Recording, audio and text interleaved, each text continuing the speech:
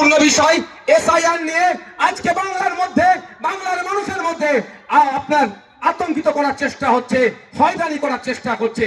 আমরা দেখলাম রিসেন্ট বিহারে যে নাম বাদ পড়েছে, যারা জীবিত আছে তাদেরকে মৃত বলে দেখানো হয়ে তাদের নামটাকে বাদ দিয়েছে। ওই আতঙ্কে আমাদের এখানে আতঙ্কিত। সুতরাং আতঙ্ক মুক্ত হওয়ার জন্য আমাদের ধর্ণা মঞ্চ, আমরা বলছি স্পষ্ট দায়িত্বহীন ভাষায় বলছি, যাদের ডবল নাম আছে, 3 জায়গায় নাম আছে, 4 জায়গায় নাম আছে, একাধিক জায়গায় ভোটার লিস্টের নাম আছে, তাদের নাম বাতিল করা হোক।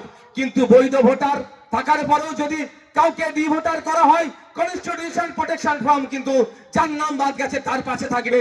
আর যে বিএলও অফিসার, বুথ লেভেল অফিসারের নামটা কেটেছে অবৈধভাবে বা ডি ভোটার করেছে, তার বিরুদ্ধে আইনি গণতান্ত্রিক প্রক্রিয়ায় লড়াই আমরা চালিয়ে যাব। সুতরাং আমাদের ধর্ণা মঞ্চ থেকে এই বার্তা যে এসআইআর নিয়ে যে ডি ভোটার করার চক্রান্ত কুচক্রী, সেটা বন্ধ করতে হবে।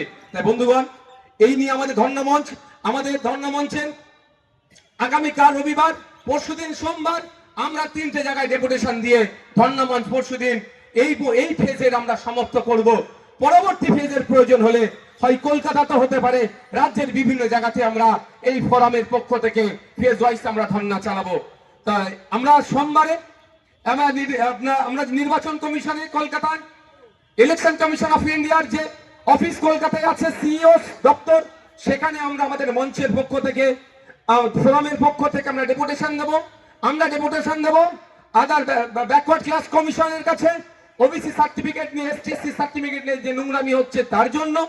আর আমরা ডেপুটেশন দেব লেবার দপ্তরে, যে আমাদের পরিযায়ী শ্রমিকদের সুরক্ষার জন্য। ধন্যবাদ।